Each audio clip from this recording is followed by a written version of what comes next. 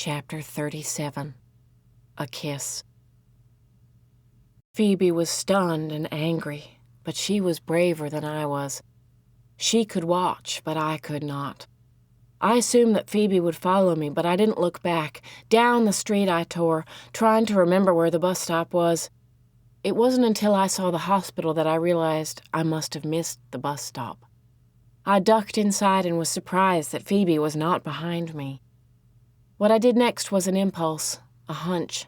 I asked the hospital receptionist if I could see Mrs. Finney. She flipped through a roster. "Are you a family member?" she said. "No." "I'm afraid you can't go up then," she said. "Mrs. Finney is on the psychiatric ward, family only." "I was looking for her son. He came here to visit her." "Maybe they went outside. You could look out back." Behind the hospital was a wide, sloping lawn bordered by flower gardens. Scattered across the lawn were benches and chairs, most of them occupied with patients and their visitors.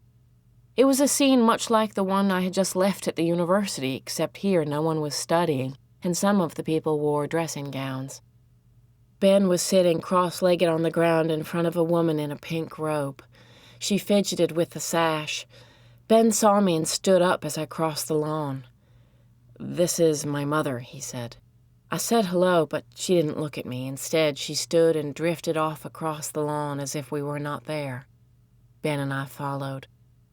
She reminded me so much of my mother after she returned from the hospital.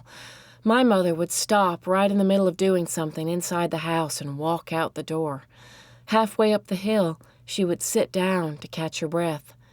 She picked at the grass, got up again, and went a little farther. Sometimes my mother went in the barn and filled the pail with chicken feed, but before she reached the chicken coop, she set the pail down and moved off in another direction. When she could walk farther, my mother rambled over the fields and the meadows in a weaving, snaking pattern, as if she could not make up her mind which way to turn. We followed Ben's mother back and forth across the lawn, but she never seemed to notice our presence.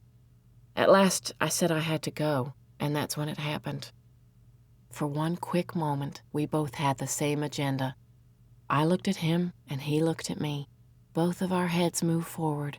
It must have been in slow motion, because I had a split second there to be reminded of Mr. Berkway's drawing of the two heads facing each other, with the vase in between.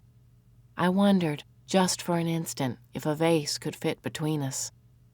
If there had been a vase, we would have squashed it because our heads moved completely together and our lips landed in the right place, which was on the other person's lips. It was a real kiss, and it did not taste like chicken. And then our heads moved slowly backward, and we stared out across the lawn, and I felt like the newly born horse who knows nothing but feels everything. Ben touched his lips. "Did it taste a little like blackberries to you?" he said.